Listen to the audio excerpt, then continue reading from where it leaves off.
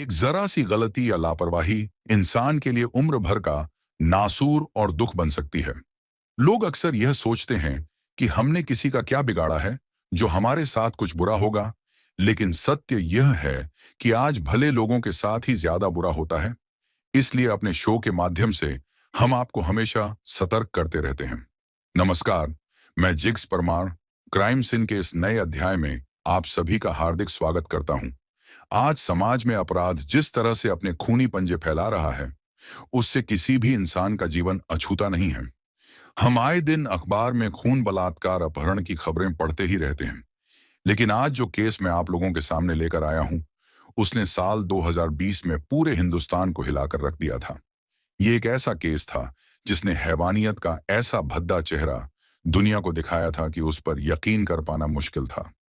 एक लड़की के दामन और उसकी जिंदगी में इतने जख्म थे कि उन्हें गिन पाना बेहद मुश्किल था। आखिर कौन थी वो लड़की और क्या थी उसकी कहानी? यह है रंगोली सिंह, यह है रमाकांत, रंगोली के ससुर, यह है मयक, रंगोली का पति, यह है प्रताप, रंगोली के पिता, यह है कुंटी, रंगोली की माता। रंगोली मयंक को कॉल करती है और कहती है, मुझे मार्केट जाना है, किया तुम ऑफिस से आते वक्त मुझे लेने आओगे? मयंक कहता, हे ठीक है। मयंक अपनी ऑफिस से निकलता और वो रंगोली के घर जाने वाले रास्ते पे जाता है। तभी अचानक से दो लोग बाइक पे आते हैं और मयंक पर गोली चला देते हैं। मयंक अपनी बाइक से गिर जाता है। मयंक जब घर आता है तो रंगोली पूछती है, ये सब कैसे हुआ? मयंक कहता है, कुछ नहीं, मैं बस रास्ते पर जा रहा था और एक कार ने पीछे से टक्कर मार दी। मयंक की मां अपने बेटे की परवाह करते हुए बोलती है, ग्रह नक्षत्र सही नहीं लग रहा, हमें शादी के लिए जल्दबाजी नहीं करनी चाहिए। मयंक के पिता बोलते हैं, उल्टा रंगोली के नसीब से मयंक के सर से इतना बड़ा ग्रह कट गया, हमें जल्द से जल्द इनकी सगाई कर देनी चाहिए। मैं तो कहता हूं अगले हफ्ते ही सगाई कर देते हैं। रंगोली के घर पे त्योहारों जैसा माहौल था। सब लोग सगाई के लिए वेट कर रहे थे। तभी रंगोली के घर की डोरबेल बजती है। सबको लगा ताहे कि मयंक और उसकी फैमिली होगी, लेकिन घर के बाहर पुलिस थी। पुलिस आकर बोलती है, मिस रंगोली, आपको हमारे साथ चलना होगा, आपके खिलाफ एक कंप्लेंट आई। रंगोली की मां बोलती, हे क्या बकवास कर रहे हैं आप, कैसी कंप्लेंट? पुलिस कहती है, मयंक सिंह की किडनैपिंग की। रंगोली कहती है, कहां है मयंक और क्या हुआ है? उसके साथ मयंक की मां गुस्से में बोलती है, तूने बंदूक की नोक पर उठवा है मेरे बेटे को। रंगोली की मां कहती, हे ओए ये आप मेरी बेटी पे झूठा आरोप लगा रही है। मयंक की मां कहती, हे आरोप नहीं लगा रहे, सच कह रहे हैं।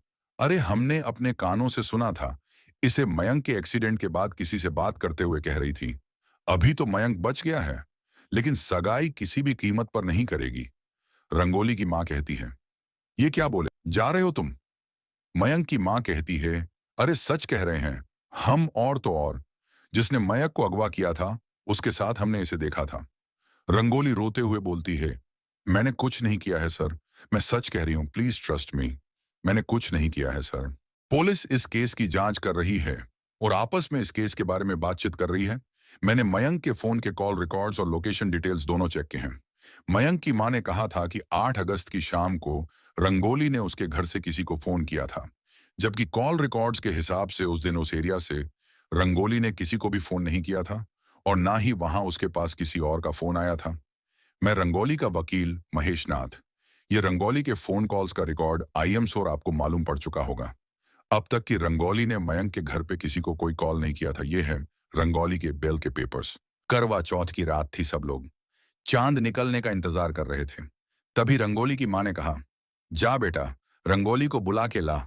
अरे सोमू, बुआ को बोल चांद निकल आया। अरे ऐसे भूत बनकर क्यों खड़ा है, तू भी ना। अरे रंगोली। पुलिस क्राइम सीन तक पहुंच जाती है और अपनी तरह तहकीकात करती है। पुलिस आपस में बात करती है, मुझे नहीं लगता इसने उस लड़के का किडनैप कराया होगा, नहीं तो खुद सुसाइड क्यों करती? यह भी तो हो सकता है कि इसी ने लड़के का किडनैप किया और हमारे डर से सुसाइड कर लिया। चेक करो शर्मा। रंगोली अपनी नई जिंदगी का बाहें पसार कर इंतजार कर रही थी, लेकिन मने उसे अपने आगोश में ले लिया और दूसरी तरफ पुलिस उसे मयंक के बारे में अब भी कुछ पता नहीं चल पाया था।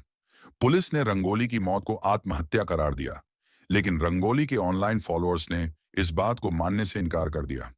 सब बेकार की बात है। जो लड़की सुसाइड के खिलाफ थी वो बोला, सुसाइड क्यों करेगी? पहले तो रंगोली को मयंक के किडनैपिंग के लिए फ्रेम किया गया और अब उसके मर्डर को सुसाइड बताया जा रहा है। आप रंगोली का कोई भी वीडियो उठाकर देख लीजिए। क्या वो किसी एंगल से परेशान थी या डिप्रेशन में थी?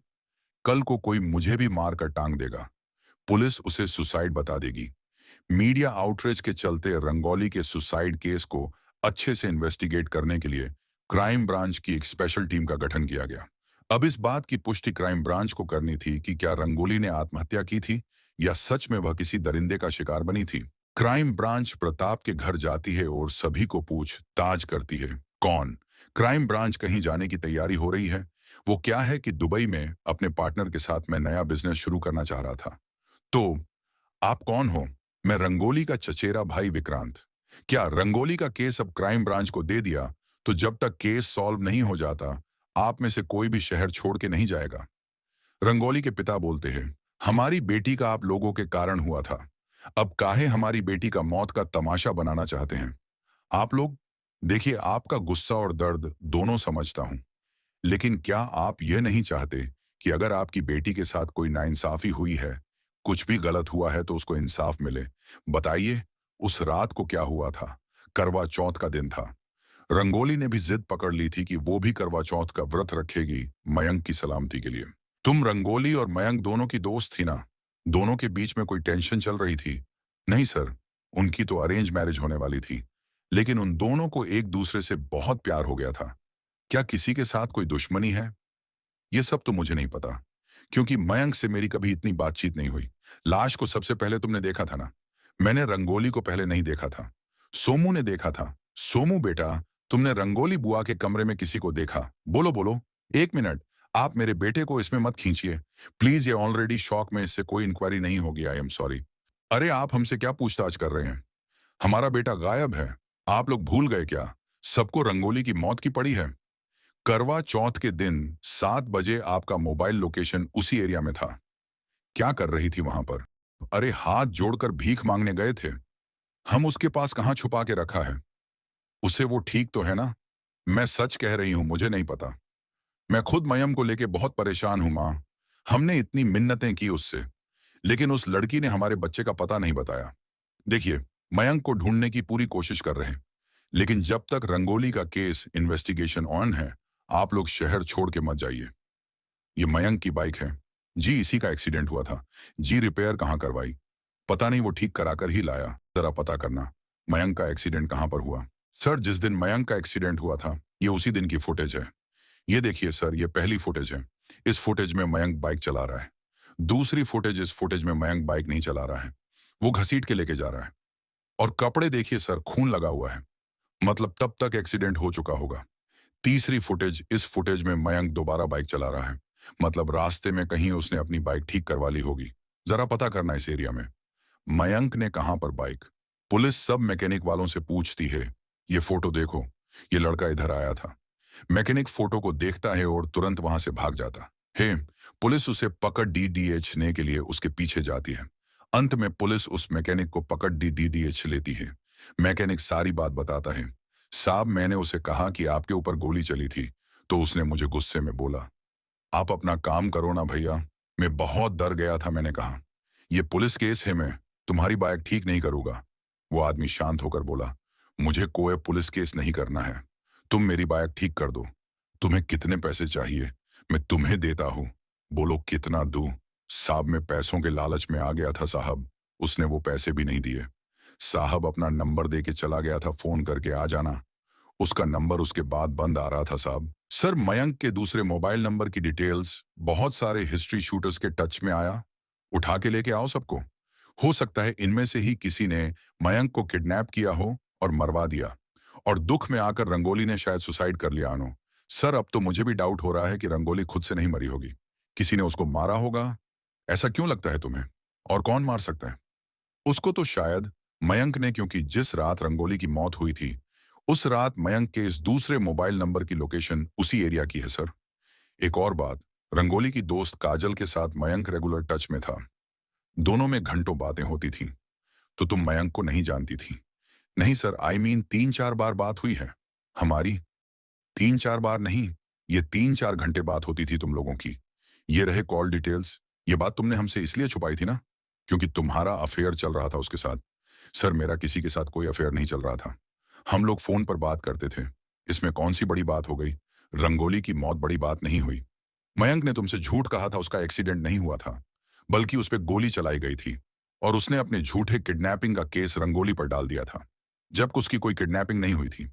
जिस रात रंगोली की मौत हुई, उस रात मयंक का मोबाइल लोकेशन उसके घर के पास ही था। तो सर, आप लोग मयंक को ढूंढिए ना। मैंने कुछ नहीं किया और मेरा किसी के साथ कोई लेना देना नहीं है। मयंक कहाँ है मुझे तो नहीं पता, लेकिन कभी कभी वो सट्टे के लिए आता था साहब, और इकबाल कादरी उसकी काफी दिनों से तलाश में था। उसने 50 लाख रुपए लिए थे उससे। ये इकबाल कादरी चाहिए मुझे। सर, एक डेड बॉडी मिली है, काफी जल चुकी है। बॉडी के पास हमें एक वॉलेट मिला लगता है। मारा कहीं और गया है और जलाया कहीं और गया। मिसिंग कंप्लीट से पता करो, वॉलेट में चेक करो क्या। हे सर, ये तो आईडी कार्ड। सर, काजल का कुछ पता नहीं चल पाया, वो फरार है। एक काम करो, सारे नाके को अलर्ट करो और काजल की फोटोग्राफ जो है सभी जगह पे सर्कुलेट कर दो। सर, वैसे मुझे लगता नहीं कि एक अकेली लड़की काजल के लिए इतना सब कुछ कर पाना पॉसिबल होगा। आई मीन रंगोली को मार के, या फिर पहले मयंक को एक जगह मारना और फिर वहां से जंगल तक घसीट के ले आके वहां जला देना। नहीं सर, नॉट पॉसिबल। ये भी तो हो सकता है कि मयंक और काजल का अफेयर चल रहा हो और मयंक रंगोली से शादी नहीं करना चाहता, लेकिन घर वालों के प्रेशर में आकर उसे शादी करनी पड़ रही है।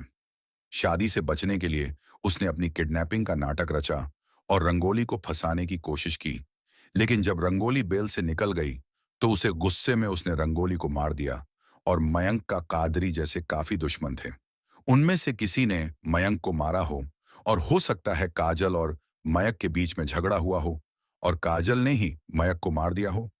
सर, मयंक की पोस्ट रिपोर्ट, सर मयंक की मौत बेसिकली सफोकेशन की वजह से हुई और परसेंट अचनासम पसंद बॉडी जल चुकी थी। सर, क्या लिखा है पोस्टमार्टम रिपोर्ट के मुताबिक? रंगोली की मौत से एक दिन पहले मयंक की मौत हो चुकी थी, मतलब बॉडी को 10 दिन तक संभाल के रखा गया और अभी जलाई क्या? आप लोगों को तो पता ही होगा कि मयंक का मर्डर हो चुका है, लेकिन आपको बताने के लिए हमारे पास कुछ नहीं है। आपको पता था काजल का मयंक के साथ अफेयर चल रहा था। ऐसा नहीं हो सकता है। काजल तो हमारे घर की बच्ची है और रंगोली के साथ ऐसा नहीं कर सकती।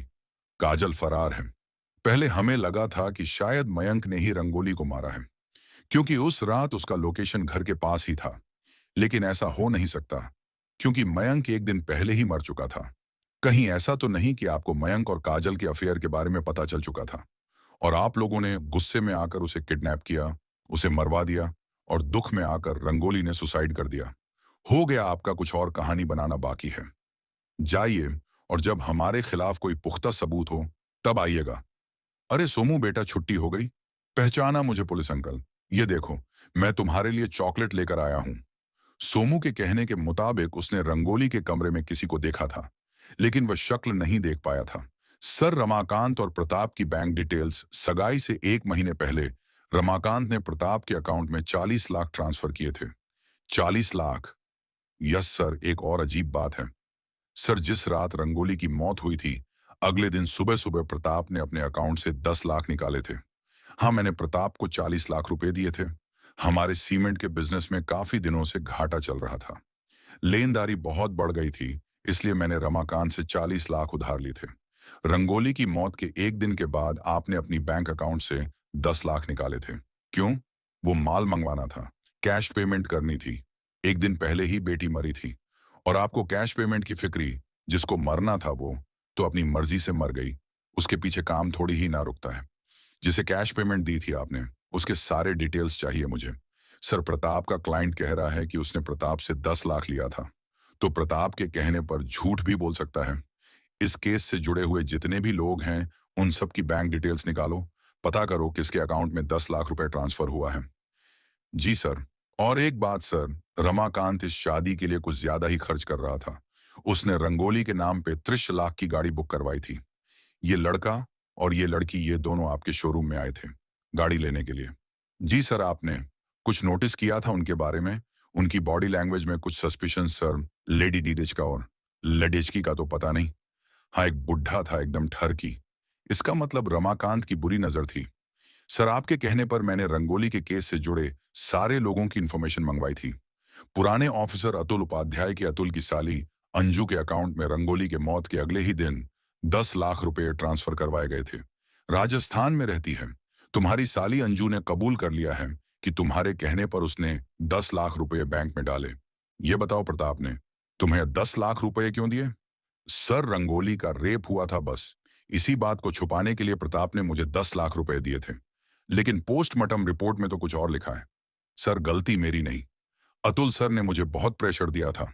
आई मेक श्योर तुम लोगों को सस्पेंड किया जाए और तुम सबके खिलाफ कार्रवाई हो।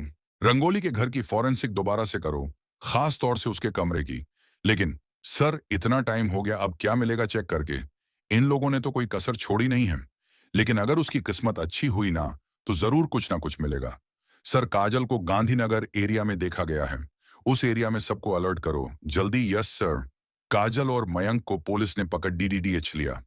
वो बॉडी किसकी थी जिसने तुम लोग ने प्लांट की थी सर? वो डेड बॉडी मैंने एक दोस्त से खरीदी थी। लेकिन तुम्हारे पिता ने तो बॉडी को आइडेंटिफिकेशन किया था। सर, मेरा 2 करोड़ डीडीएच का इंश्योरेंस था।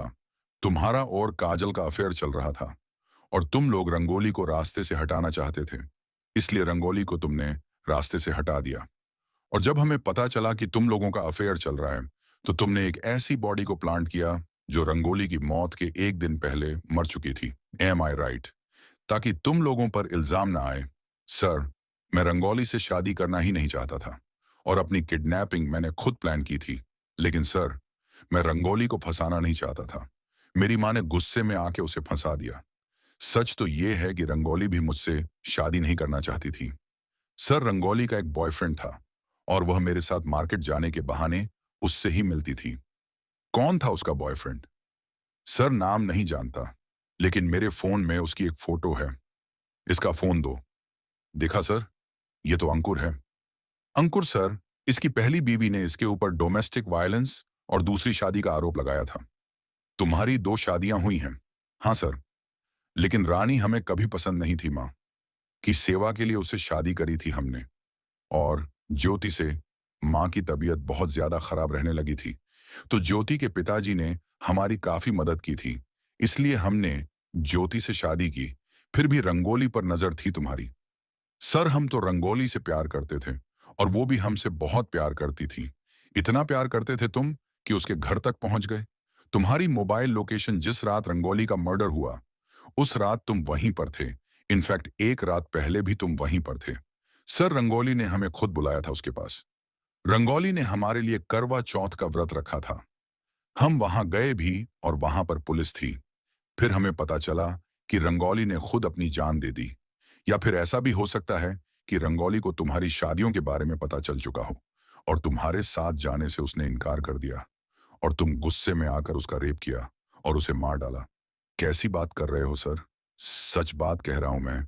इससे अच्छी तरह से पूछताछ करो और जो दांत मिला है ना, इसके दांतों के साथ उसका डीएनए टेस्ट करके देखो। लेके जाओ, इसकी जन्म कुंडली निकालो। सर, एक अजीब बात है। हम अंकुर को ग्रिल कर रहे थे तो पता चला अंकुर तो लड़का है, लड़की है। वो अनामी का नाम है उसका। क्या क्या बोल रहे हो तुम? पिछले 16 साल से लड़का बन के रह रहा था। पैसों के लिए 4 लड़कियों से शादी करके उन्हें डम कर चुका है। ऐसा कैसे हो सकता है? किसी ने नोटिस तक नहीं किया। खैर, वो दांत का डीएनए मैच हुआ। सर, विक्रांत, रमाकांत, प्रताप, मयंक और अंकुर सबके डिटेल्स भेज दिए मैंने। सर, रिपोर्ट आने में थोड़ा समय लगेगा। सर, भतीनगर एरिया के एक डेंटिस्ट ने कंफर्म किया है कि रंगोली की मौत के अगले दिन ये आदमी उनके घर आया था। इसका एड्रेस भी मिल गया हमें। अरे सुनो, ये जो बंद घर पड़ा हुआ है, ये किसका है? पता नहीं सर। कल भी पुलिस ऑफिसर आई थी, अपना नंबर दे के गई है। बोल रही थी कोई आएगा तो बताना। Police officer? जी हाँ सर, मैं वहां गई थी। Sir, he is a serial killer. Yes sir, पहले ये पुलिस में था। सबसे पहले इसने कांस्टेबल की बेटी का रेप एंड मर्डर किया। सर, इसे सजा भी हुई और ये जेल से भाग भी गया।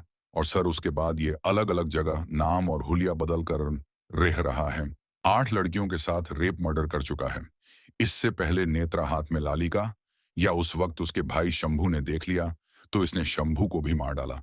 सर, इसने लाली के ऊपर भी अटैक किया था, लेकिन लाली बच गई। सर ये देखिए सर, ये ऐसी लग्जरी पहनता है और अस्थमा पंप भी यूज करता है सर। और इसने बाबा बनकर कितनों के साथ गलत किया है। आपने मुझे यहाँ क्यों बुलाया? कुछ नहीं, वो रंगोली के केस के बारे में कुछ पूछताछ करनी थी आपसे। आप रंगोली को जानते थे, किस किस्म की लड़की थी, कैसी थी? बहुत अच्छी तरह से तो नहीं, लेकिन लड़की सीधी सादी थी और कम बोलती थी, और मयंक को लेकर थोड़ा परेशान थी। शर जैसी भी थी, लेकिन कोई क्राइम नहीं कर सकती थी कभी। उसने तो कोई क्राइम नहीं किया, लेकिन आपने क्राइम जरूर किया।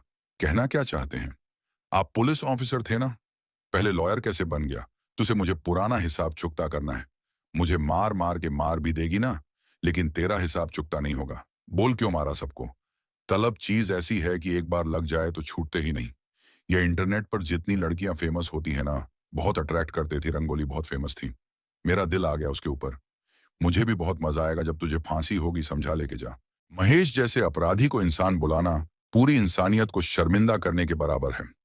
महेश एक हैवान था और उसे मासूमों की जिंदगी से खेलने का शौक था। वैसे हैवानियत प्रताप और रमाकांत दोनों ने दिखाई थी। प्रताप ने अपनी बेटी रंगोली का सौदा किया था, और रमाकांत रंगोली को अपने घर की बहू बनाकर उससे अपनी हवस की प्यास बुझाना चाहता था। देखा जाए तो रंगोली की जिंदगी में परेशानियों की कमी नहीं थी, लेकिन भंवर में फंसे होने के बाद भी रंगोली ने हिम्मत नहीं आ रही थी। रंगोली इन सब से निकलने के लिए प्रयास कर रही थी। शायद वह बचकर निकल भी जाती, अगर उसके ऊपर महेश की बुरी नजर नहीं पड़ती। अब सवाल यह उठता है कि महेश जैसे अपराधियों से बचा कैसे जाए। तो इसका सिर्फ एक ही उपाय है, हर वक्त सतर्क रहे, घर के बाहर भी और घर के अंदर भी। मैं आपको जिंदगी डर कर और गुजारने के लिए नहीं कह रहा हूं, लेकिन हर वक्त सचेत रहना बहुत जरूरी है। अब मैं जिग्स परमार विदा लेता हूं। आपसे हम फिर मिलेंगे, एक ऐसी ही कहानी के साथ जो आपको रखेगी सतर्क और जिंदगी को सुरक्षित। तब तक अपना और अपने परिवार का ख्याल रखिए और देखते रहिए क्राइम सीन। जय हिंद।